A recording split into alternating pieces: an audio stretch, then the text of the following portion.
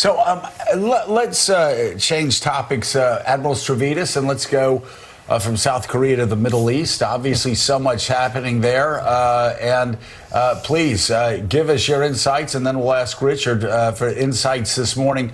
First of all, what's happening in Syria and what that suggests about Iran and Russia's weakening positions, and also, of course, the fragile ceasefire between Israel and Hezbollah. Sure. Let's start in Syria.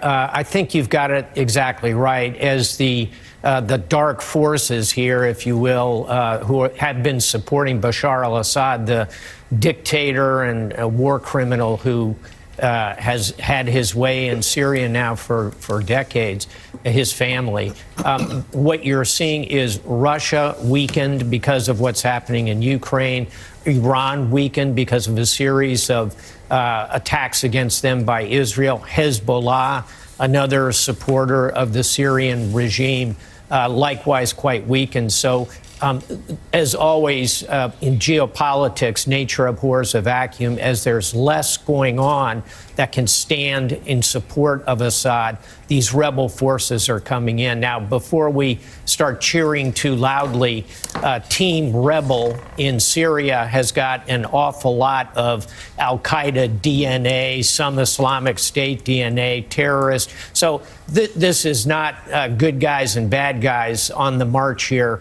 But it does indicate that Iran is losing its grip.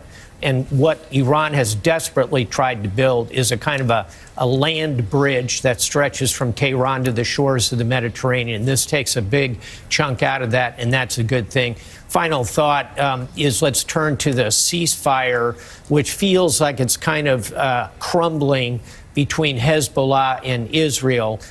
This was never looking like it was going to be a sudden deus ex machina to solve all the problems. And predictably, you're seeing finger pointing going back and forth. And that, of course, weakens the chance for any kind of ceasefire down south in Gaza. Woe to the hostages. The bleak outlook in the Middle East continues. Yeah, I think what